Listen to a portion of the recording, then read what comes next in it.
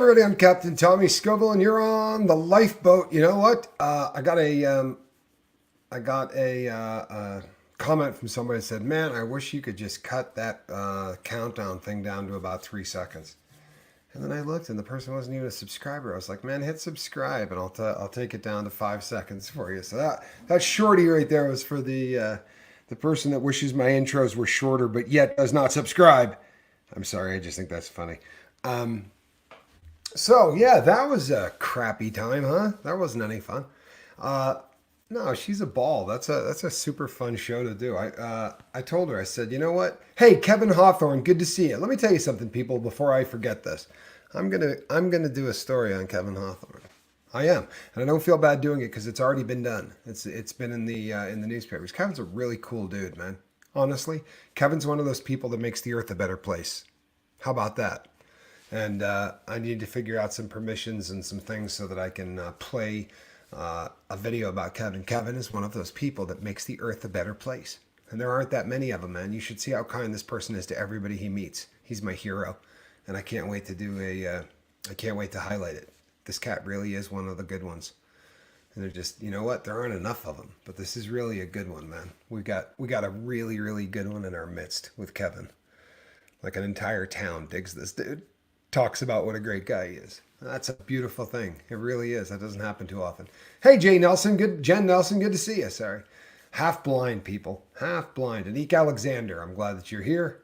Amy Butcher, I'm glad you're here. From Quebec. And John Shostowski. Good to see you, John. Shostowski. You know what? You even had the kindness to do it like phonetically, and I still can't pull it off. That's just downright embarrassing. Kid Gulliver, good to see you. Well then, is the, put the name of your channel in the live chat so that one of our wrenches can put a link up to your channel because it'll make it a bunch easier for everybody. But guided savoring exercise sounds like a pretty cool concept. I'm not sure what that is, but it sounds really cool. Kathy Ann, thank you. Kathy Ann says, I really enjoyed you and Reese's conversation. Thanks so much for brightening up all of our afternoons with a good chat with my girl. Wow. She and the rest of you brightened up my afternoon. That was such a fun show to do. I can't tell you, you know, and I needed it. Honestly, I needed it. I went down a really ugly rabbit hole last night. You know what I mean? I went down a really ugly rabbit hole. And let me clear up a little bit of that. People, let me explain something. I wouldn't care if it was the Palestinians that were getting ragged on Saturday Night Live and on the floor of Congress. I really wouldn't. You understand? This isn't because I love Jews and hate Palestinians. My rant was because I just can't stand the fact that we're okay taking one group and picking on them to the point where it's calling for the elimination of them. That made me sick. But Reese completely turned it around. Honestly, that was such a fun chat. And you know what? We hit on some pretty heavy stuff, man. You know what? I hope they do too. Noise opera. I thought that we hit on some pretty heavy stuff, and I think that we did it with some style. It was really just a fun show to do. And as I told Reese, I said, look, you know what? If you're watching a show, you know, if you happen to see that we're live and you feel like popping in, just send me a text and I'll rip off a link really quickly. You know, I would do that. There's a couple of creators I would do that for. As of right now, there are already 2 creators, right, that I send a link to on every single show. But tonight, here on the Lifeboat, I have a guest. Quiet Girl is coming on tonight. I'm going to be doing an interview with Quiet Girl.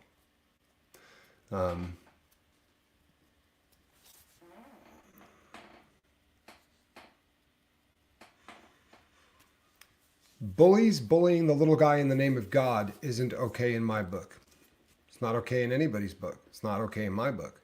But if that's the justification, right, for killing and rape and murder or whatever, that's gotta stop.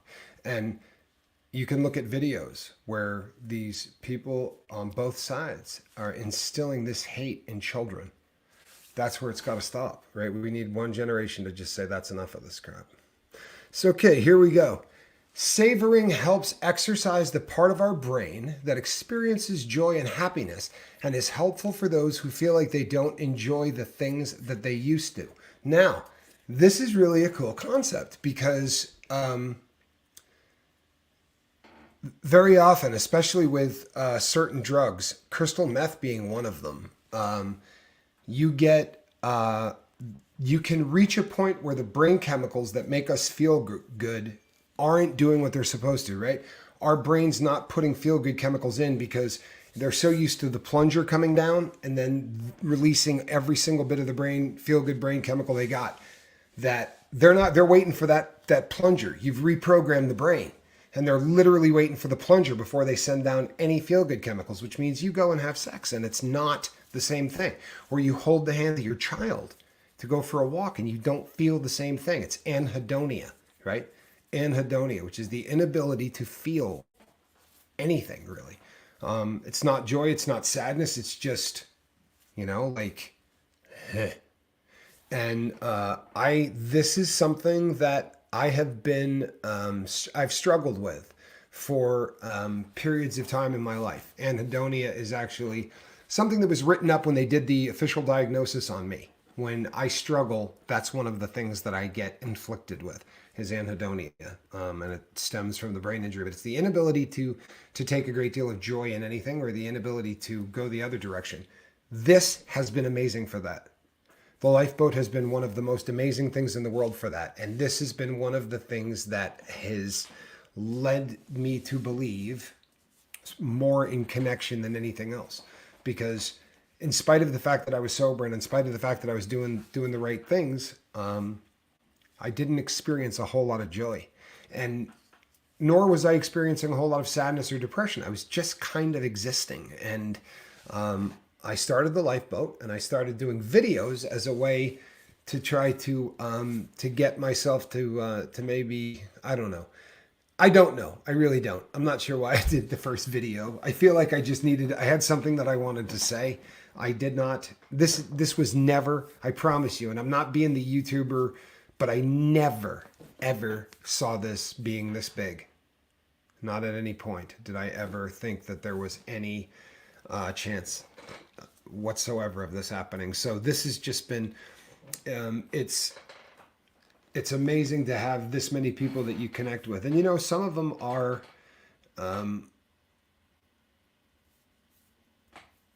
see, this is real. Linda Lou. Well, he turned and screamed at Linda Lou. You got to be sick of hearing that, right? That's the chance I was looking for. I almost never feel joy, but it's not because my life sucks, but because my psych meds kill both ups and downs. And my downs were bad. Have you talked to the doc about this? Like, you really gotta be an advocate. And if that's the best, that it can be, then we need to step up the connection, right? Because they told me that the best that I was going to deal with was what I had, right? That chances are, because of the injury to the brain and because of what my brain was doing, I'm probably not going to be experiencing a great deal of emotion. And that was a bummer. And then on top of that, that is a side effect for some people of Suboxone, is that it knocks the real high highs and the real low lows of emotions out. And for some people, that's fantastic. And for others, it's not. And if you've already got some anhedonia issues, then it can be a nightmare. But this experiment, right, in connection has been, I am happy, right? I live a very happy life against the odds, I think, right? But I really am a happy person. I mean, I'm not happy 24/7, but I don't know that anyone is. I mean, getting upset is human nature. Getting angry is human nature. I wish I had done this morning's video a little differently. Just to be 100% real, I wish I had done that video a little differently. But you know what? I'm not necessarily perfect at anything, and I'm certainly not perfect at this yet. Anhedonia is common with many mental health conditions. There you go. That's a sentence right there that public speakers will hate. No public speaker wants to read that sentence. Anhedonia is common with many mental health conditions. Many mental health conditions. It's one of those things you should practice sitting on the couch. Many mental health conditions. Right? You know what, Russ? This is really all credit, man. For real, all credit goes to the boat, man. Lara FM. Lara and I are doing are going to be going live together this week too. This is going to be a really good week, man. This is going to be a really good week for the boat. I'm so looking forward to doing a video with Lara. Lara and I have kicked it. Lara and I are friends. We've done this. We've done it in real life. We've hung out. We have shared food and drink and kicked it. I had a really good time, and we went bowling. And really had a good time. The Wim Hof method. I'll tell you what, I've not done the Wim Hof method the way Wim Hof does the Wim Hof method, but I've been doing that for a really long time. Okay, so you guys have probably seen a movie with a very short Scientologist as the star, and he played a guy named Jack Reacher. Okay, now if you're a convict, I am a lucky man, Debbie. There is no mistaking it. I am a lucky man. Thank you. There is no question. So here's the deal, right? The deal is that Tom Cruise played the character of Jack Reacher. So in the book, Jack Reacher's 6'9", right? 6'9". When every prisoner on planet Earth reads the Jack Reacher novels, right? Because in the Jack Reacher novels, justice takes place instantly. They are a formula, right? It is a formula. Jack rolls into town on a bus, right? Because he does not live like other people live, right? He buys clothing, he wears them, he throws them out and buys new stuff. He's a very odd character. But if you get in his way, he kicks the crap out of you. And in every single one of the books, somebody messes with a woman and he goes in and destroys the person for doing that. That's usually the premise of the stories. They're not, they're not Shakespeare, but they're a hell of a lot of fun. And if you're trying to kill time, and I know guys that had every single one of the books in hardback, like they were into it in prison. It was a big deal. And they went crazy when they cast Tom Cruise as the Jack Reacher character, right? This was really sort of one of those depressing moments for all inmates. But the reason that I bring up the Jack Reacher novels is because there's a long story to get to this part of it. But the reason I brought that up is we all read these in prison, and Reacher is addicted to two things. One of them is coffee. The other is freezing himself out. When he takes a shower, he starts with it really, really cold, and he ends with it really, really cold. And we all got addicted to doing it.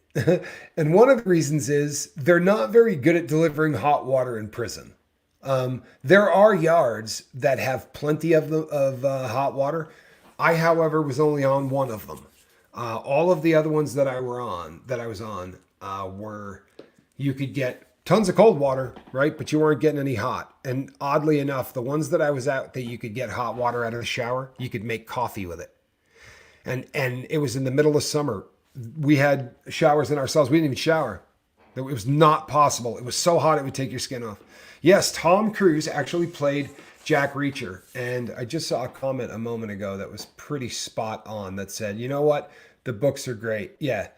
Make It Make Sense says the books were great. The movies couldn't even watch. You can't, because when the guy walks out on screen and the first thing ever, like, especially the guys in the joint, you know what I mean? They're like, he's 5 feet tall. You can't be Jack Reacher, man. You got to be a big, like, strong, gnarly dude like Jack Reacher. And he's former military and he's just a butt kicker.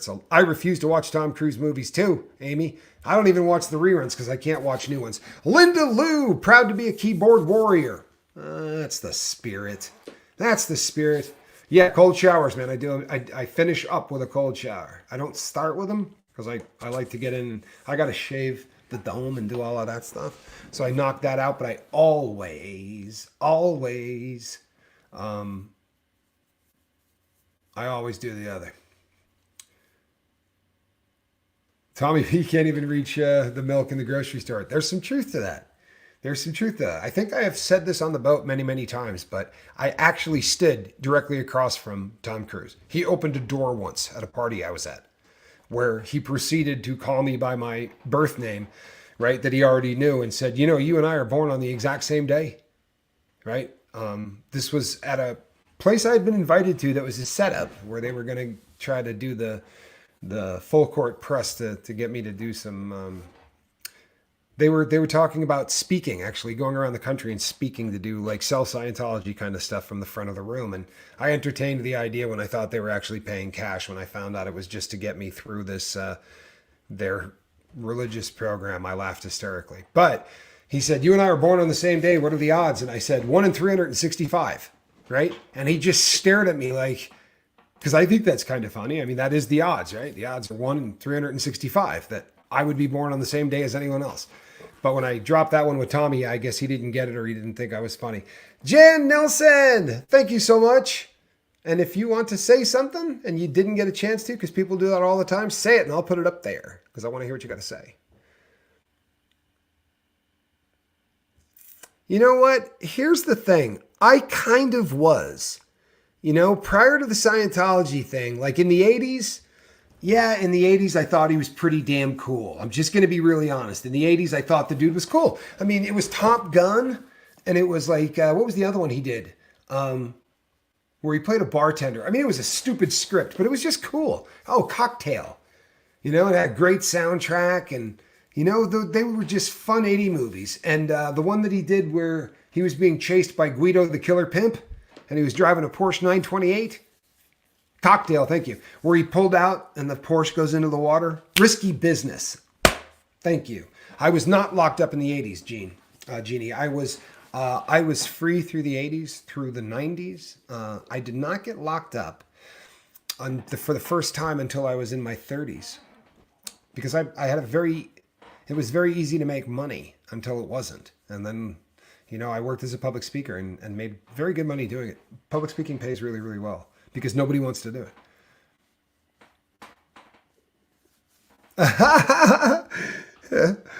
Deeming says, you didn't call TC sir, so he was confused. You want to hear something really terrible that I got to tell Deeming? And I'm so embarrassed because Deeming's now been a crew member on a lifeboat for a long time. And when Deeming first got here, she somehow got blocked, right? So Deeming had to come back as Deeming 9. But I did unblock your original account 2 days ago. I figured out how. I'm not very good at this. But you're unblocked now. So if you wanted to come in as your old one, now that you've been here forever, is Deeming 9. Oh, Susie Q, good to see you. Yeah, see, I loved Risky Business. That, honestly, I mean, that was just a really cool scene where he came in and it was old-time rock and roll. It was not a song that most people, like, it didn't even get a lot of radio play back in the day. Old-time rock and roll was not a popular song very much prior to that. That really kind of propelled that song back into popularity. You were deemed, that's right. And I unblocked deemed. You're still there. I apologize. So if you wanted deemed back, I did unblock deemed.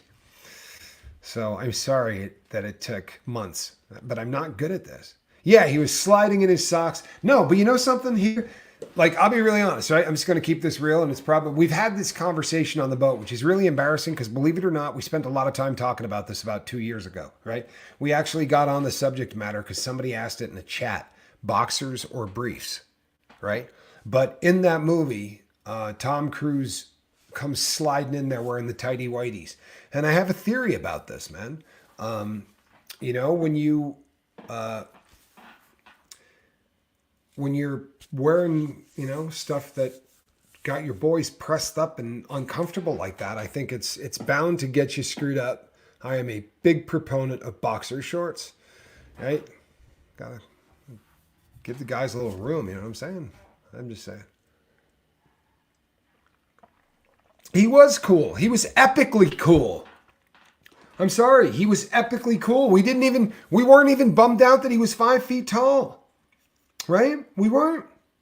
We bought it. We bought it when he stood next to Val Kilmer and it looked like a, bring your kid to school day. And you knew Tom Cruise was already standing on some soapbox anyway. And it was just, we put up with quite a bit of it. Because he was cool. Right? You felt the need for speed like that. Look, I shed a tear when Goose, you know, got smashed by the canopy. That was heavy, man. I saw that in the movie theater, man. I was on a date. That was a heavy scene. But I mean, that was fun. The '80s were great. But then he became a crazy cult dude. And if you've not heard the conversation that he has with the guy that played Batman, boy, you need to Google that rascal. Oh, that's a great conversation. Cruz just, I mean, screaming at the top of his lungs. And this may come as a shock to you. His language would not be allowed on the lifeboat. For real. Just F-bombing the crap out of him. Of course, they were going back and forth. It was pretty ugly, but... so I got I got another question that we got to bring up. Oh, yeah. Yeah. Epic. I'm not going to lie to you. I watched that at least once a week because I just cannot believe that a man did that. To this day, I feel like we were getting punked in that. There's no chance that a guy does that. And I have really liked women. Like, there have been women in my life that I was just head over heels for. But holy hell, like that thing, that was so creepy.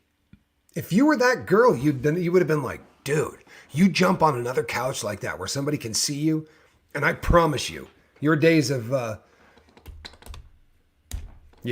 over. He's an ass. There you go. Let's just leave it at that. But you're right. You can't beat the 80s for... the music was great in the 80s. And and the Matt Lauer. SJ, thank you. Thank you. That was the other one, man.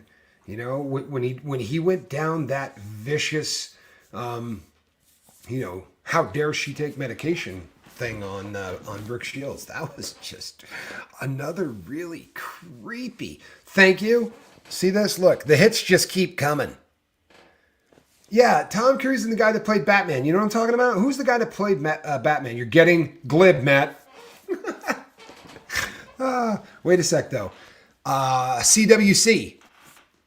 Were you the one earlier that wrote that we were doing some second dynamic stuff going on with me and Reese? You stop that. I've read a little bit of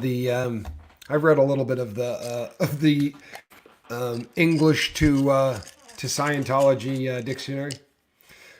Yeah, Val Kilmer was in. He was standing next to Val Kilmer in the first Top Gun. Bale, thank you. It's Bale that he's having the argument with. Hey Kelly, can you tell me the process for this stuff you were talking about on your channel? Right? It's so funny too. Can you imagine just having like, this is the biggest part of my life, but it's off limits because it's kooky. And if we talk about it, you're liable to bring up Xenu. And we can't let everybody that's buying their way through. Yeah, put your manners back in was another good one. When the interviewer says to him, hey, people want to know. No, you want to know. Put your manners back in. Man, I would have reached across that desk. I'm sorry, I'm not trying to sound like the tough guy dude, but I would have been like, what? Tuck my what back in? Dude, stand up when you talk to me. Oh, I'm sorry. You are standing.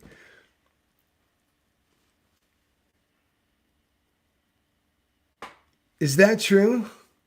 The only people that can help someone in an accident? That's downright funny. Hello, Kelly B69. You know what? That deserves public shame. Honestly, this is the boat of love and respect, and we don't do this. But I'm giving you permission for a little bit of scorn as Ben Affleck is a Batman that she can stomach. Come on, nobody likes Ben Affleck as Batman. You're just trying to see if you can get me going. That's what you're doing. You're doing this. You're trying to get me going with that.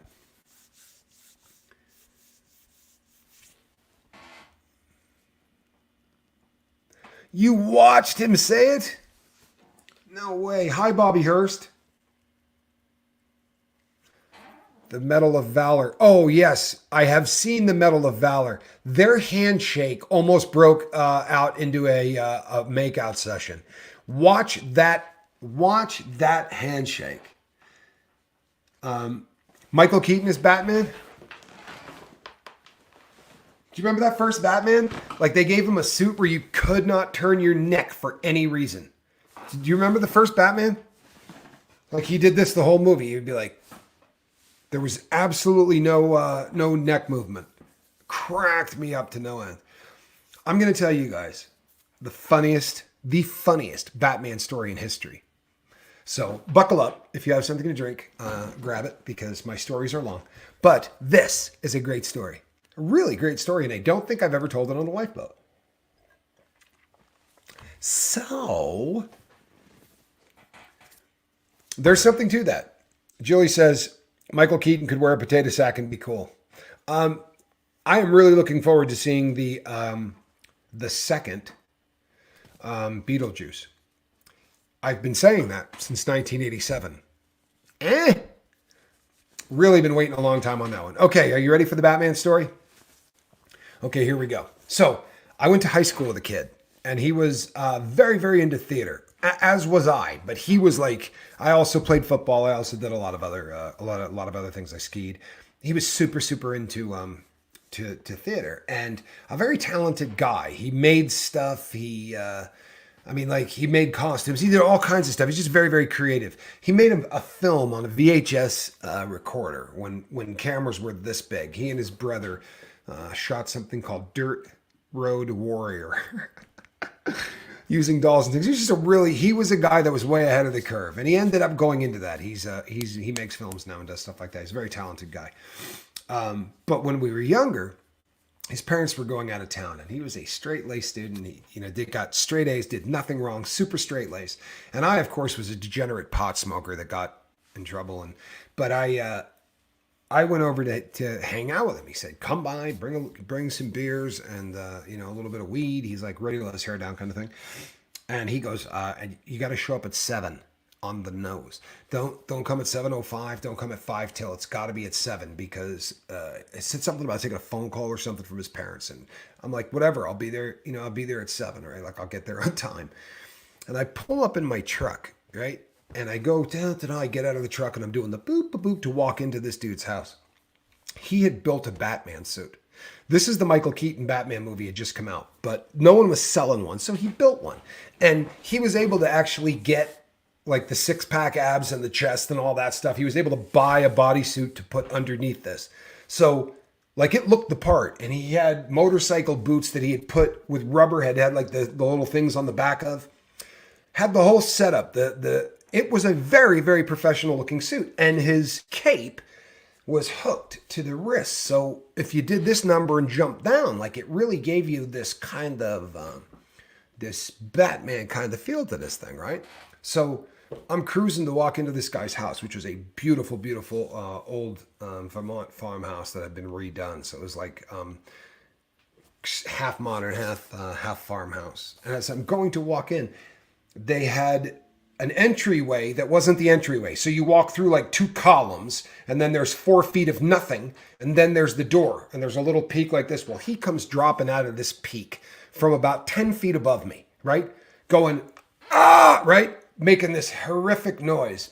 And I pretty much had a heart attack on the spot.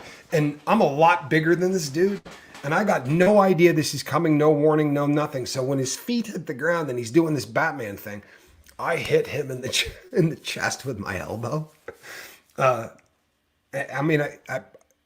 He's very lucky I didn't punch him, but it was more of he was right on me, so I hit him with the elbow. I didn't realize what was going on. But the point of this story is not over. He says to me, "I built this suit, and I got something I want you to do. There's no one else will do this. You got to do this." And I said, "What are we doing, man?" And he goes, "I want to go over to Dartmouth." Like we lived close enough where you could drive to the campus of Dartmouth College, which is the most gothic, Batman-looking campus you'd ever want to be on. Like most Ivy League schools, it's just old buildings and steeples. It just looks like something from a freaking Batman set. So he says to me, "I want to go out onto the green, the village green on the quad, right? And I want you to rob somebody, and I'm going to stop it. So I get a switchblade, and we practice this thing a couple of times in his front lawn, right? And I pull out the switchblade. I tell the person, give me your stuff or whatever. And he kicks me in the hand, and the switchblade goes flying, and he throws kind of a stage right hook, and I kind of roll with it and fall to the ground. And then he runs off as Batman after saving the day, kind of a thing, right? So we drink a bunch of beers, and he talks me into this stupid routine, and we actually do it. So we go out to this little green area, and I wait, and a co-ed goes walking by, and I was like, hey, purse, right? And here comes Batman out from behind a tree and proceeds to kick me with these boots so freaking hard in the wrist that this knife that I'm supposed to kind of drop flies so freaking far that finding this thing, it's a wrap. There's no chance in hell we're finding this knife. And it hurt so badly that instead of rolling with a punch, I turned my head to the right to look at my hand like I think he might have just broke something, which instead of rolling this way, caught me dead square on the cheek with this right hook and floored me. So not only did this person get a show, but Batman just about smooth knocked me out. And he's wearing these big ass, like ski glove things that he has grafted plastic onto so that they look like Batman's glove, setups. So he shreds me with it. So now I got this, like, it's a bad thing. Like, my face looks bad, everything else. And the part of the plan we didn't plan out is what happens when Batman runs off, right? Because the crook is now basically butt kicked on the ground and can't even get up. Like, I'm trying to shake this thing off. And thank God there were no cell phones. But the poor girl went running off, and I stumbled off and sort of had to chase down because Batman got spooked and was driving off in his Jeep. So I had to chase down. And anyway, we get in the car, and as we're driving away, he starts driving back towards the scene of the crime. And I'm like, dude, what are you doing? I'm like, no, bad. And I'm trying to squat down. He goes all the way down, and he makes a loop and comes back. And by the time he's coming back, there is a police officer, lights on, the whole works, pulled up in front. And it occurred to me, right, as we were driving away, that no joke, somewhere on the files, right, in New Hampshire near Dartmouth College, is a record of a girl who called the police and said that somebody tried to steal her purse and Batman saved her. Right? That went down. That really happened. So that's about that's my Batman story. True story, too. That happened in, that would have been 1988. So, yeah, it was a rather ridiculous. Russ Hampton says, I'm only 5'3". You could dunk on Tom Cruise. And I want to promise you, whatever that cat says, he's not. And he's standing on 3-inch platforms. Williams, right? That's stupid, isn't it? Isn't that a ridiculous story? It is. Christmas stories? Well, it's not exactly a Christmas story. It's not exactly a Christmas story. You know that there is a Christmas story. You're in New Hampshire? Excellent. You're 5'2"? Yeah, but you're not a dude who plays action stars. You know what I'm saying? If you're playing a 6'9" action star, then being 5'0" is more of an issue than if you're an accountant, right? My problem with Tom Cruise is not that he's 5 feet tall. My problem with Tom Cruise is, Kelly, I'm telling you, he's squeezing a good 5 inches on that 5'4". I'm telling you. Yeah, but Boy George is still cool. Okay? I don't care. Boy George is still cool. Tom Cruise is not. And again, you're a singer. Who cares? But if you're playing somebody that's 6'9" and suspension of disbelief, I gotta believe that this guy that's 5 feet tall is whooping up on 6 dudes who are bigger than me, right? All at the same time. I can't watch Jack Reacher beat up 5 guys, which he does in every fight scene, right? And go, yeah, he literally would be doing this number, right? Like straight punching up at these people. Do you really want to hurt me? He didn't do a bad song. Sorry, man. There, I said it. I don't care. Can we put Kelly's link up again? I don't know the answer to how long that he's been sober, but it's a hot minute. He's been sober a long time.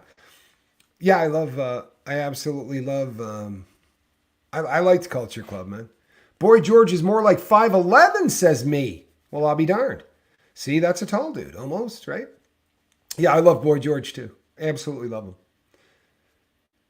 Some people's charisma makes them appear taller. Yeah, you know what? Prince. Prince was a cat that looked like he was 6'6". That's how he walked around, right? For real. Dated Kim Basinger and took her out in 4-inch heels and didn't care. That dude was a rock star in everything that he did. Prince just exuded confidence like nobody else. For real. Yes, I have seen this. I have absolutely seen the cat that looked like Batman. I would buy that cat if I could. Such a cool photo.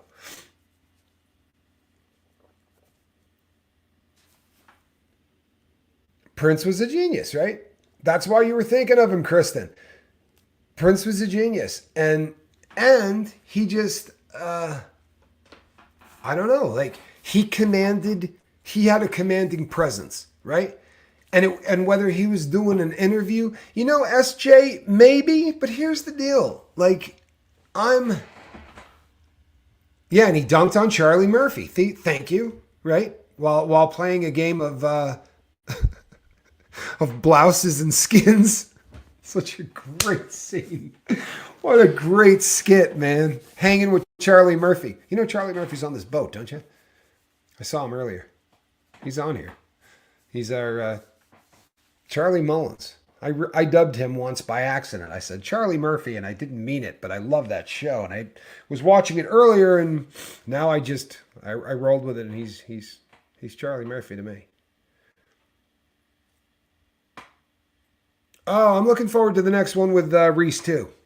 I really am. So SJ, sex appeal. I'm really, really hetero, but I always thought that there was just something that was really boss about the dude. I guess maybe that can be sex appeal too. I don't know. He just had a present. I've always kind of thought of it as the it thing, the it factor. You know what I mean? Like there are just people that you watch, and sometimes you're sitting there thinking, I don't even know why I'm watching, but they're hard not to look at. They just sort of have that it thing. They're fun to watch. He was super talented.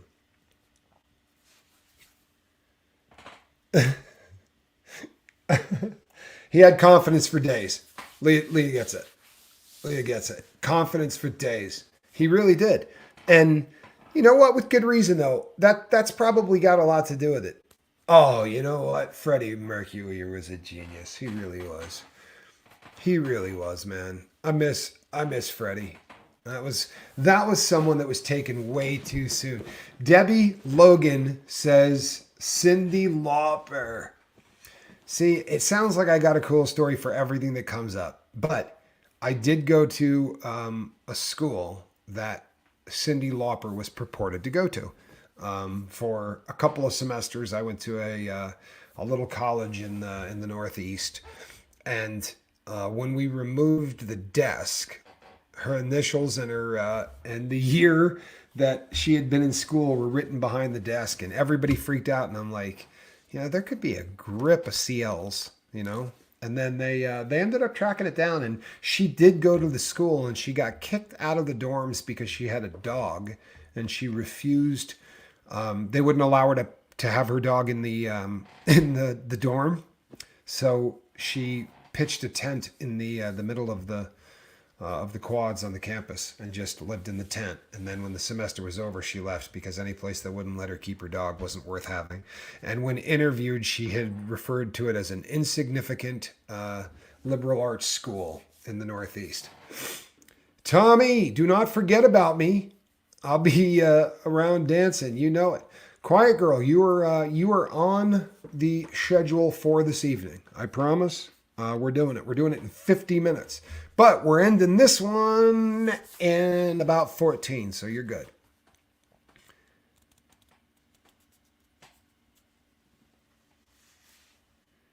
Yeah, Cyndi Law. I was absolutely in love with Cyndi Lauper from the very first time I saw Cyndi Lauper. For the very first time, when She's So Unusual, when that album came out, that was just so different. Like I was never the Madonna dude. Like when Madonna came out, I just didn't like Madonna, anything about her. And that, if you didn't live through that, man, the like women were dressing like Madonna. Like I went to high school with girls who wore their bras over their shirts. Like everybody was dressing like Madonna. And then there was just a small faction that kind of grooved to Cyndi Lauper, who was just as odd, just sort of different odd. But uh, yeah, Cyndi was great. And she has to this day a beautiful, beautiful voice. Kelly didn't like either. Well, I'm not mad at you. I mean, it's definitely a one of those taste things. Cindy and I got through some tough times together. Music was the way. I felt my feelings, such depth. You know something? I did that with a lot of artists. I really did. Believe it or not, for when I grew up, I listened to a lot of really, really soft rock. Like you'd probably be disgusted if you saw especially since my brother is like super into metal and everything else. Procol Harum. Yeah, Procol Harum. Laura FM Lover. You know what, Laura? I probably would have guessed that. Laura kind of has that vibe, although Laura kind of reminds me, there's a bit of an Annie Lennox vibe in Laura. There's a bit of a Cyndi vibe in Laura. And you're gonna, even though the woman's not a blonde, there's really a lot of Joan Jett to Laura. She's got a Joan Jett vibe big time, but she's blonde. But she's definitely got a Joan Jett vibe too. And I love Joan Jett. Man, I love Joan Jett. And you know what? Joan Jett's hot. And she's like, I don't know if you've seen Joan Jett. Joan Jett aged great. Like she just aged great. You know, some people just, I don't know. She just looks like the exact same older version. Oh yeah, the Runaways. Way back when. Lita Ford. Yeah, Joan. I have just always had a Joan Jett thing. Her music is just incredible. I love. Yeah, that checks out. Captain and Tennille, anyone? Let me tell you something. Do you have any idea how viciously sad I was when Captain and Tennille got divorced? Like, I really, really bummed out when Captain and Tennille got divorced. You know? The people that sang "Love Will Keep Us Together." Christy Hine, thank you. Excellent. You know what, Laura? I had a feeling you would appreciate that, but that's you wrapped up right there. I nailed it. Sorry, I did. Now, I think Daryl Dragon actually wore the. I think Daryl Dragon actually sported the black one. I have a friend that listens to Pat Benatar all the time. Like every time I call my friend and say, "What are you doing?" they'll say, "Listening to Pat Benatar." Like that is his standard answer when I call him. I'm listening to. Joan Jett is a stone cold fox. She's absolutely stone cold fox and has not changed a lick.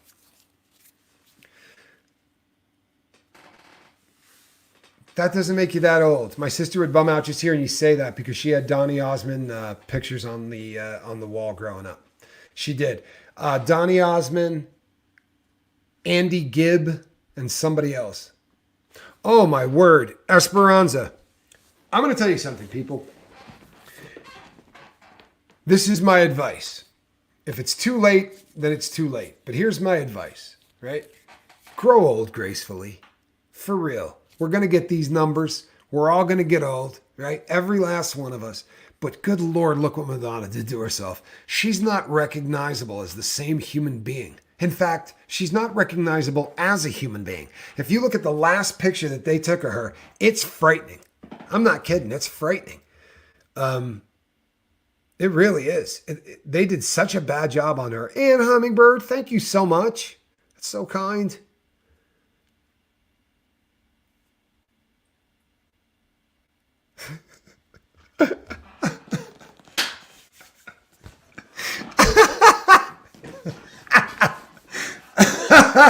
Joan Jett is my hall pass and my husband approves.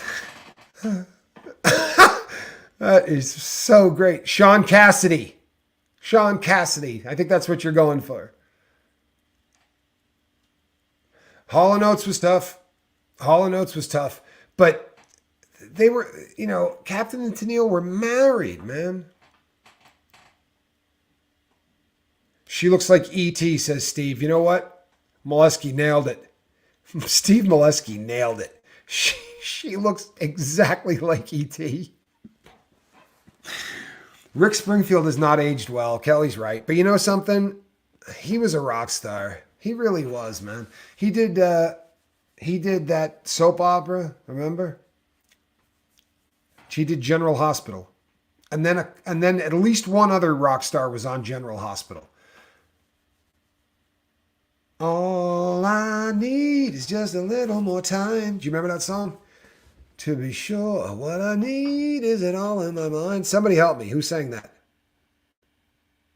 You're All I Need. That was the name of the song.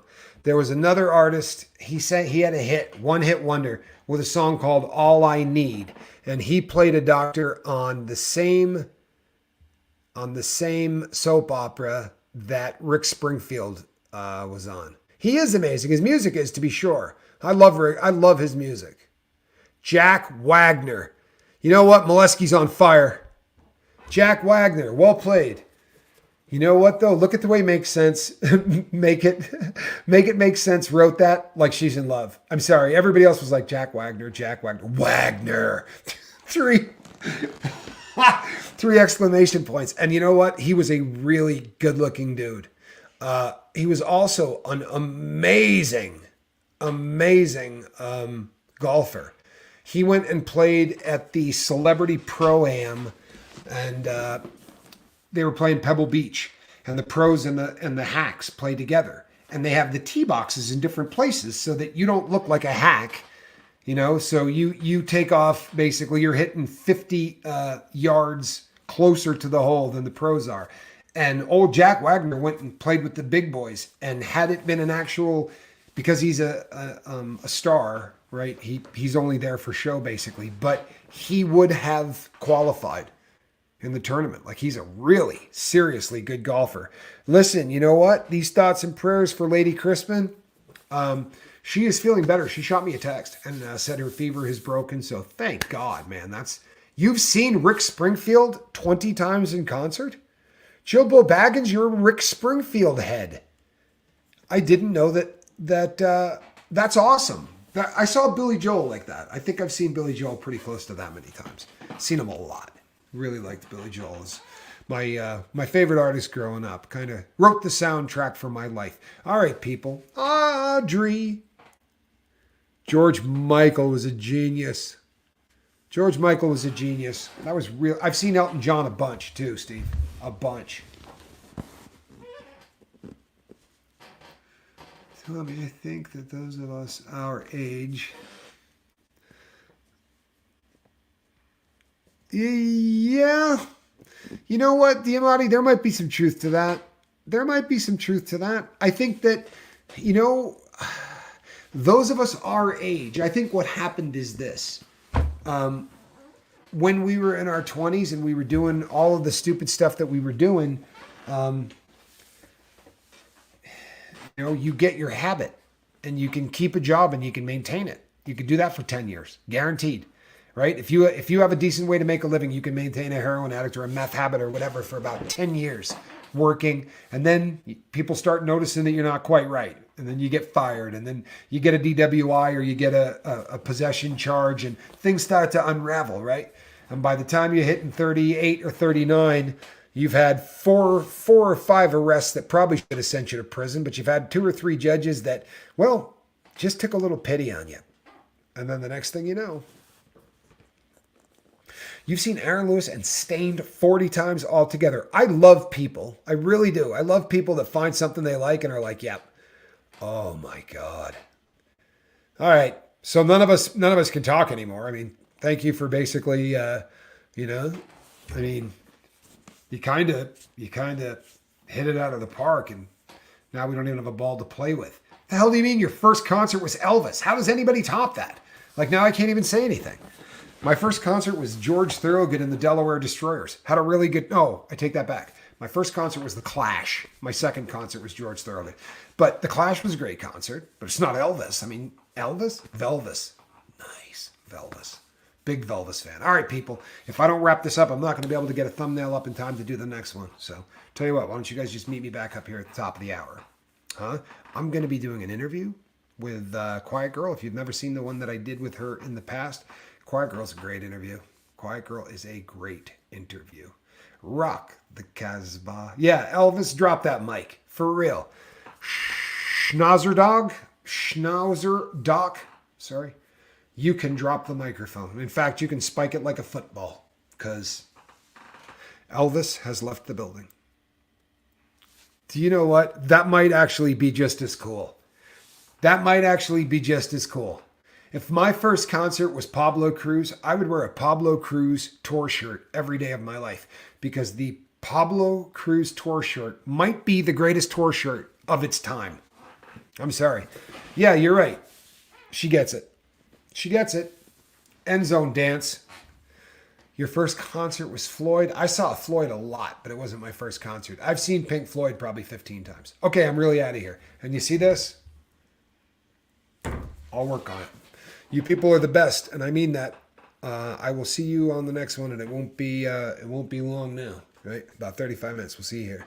I just got to throw up a thumbnail and do what I do. That voodoo that I do. See you shortly. God bless. Eagles. Great.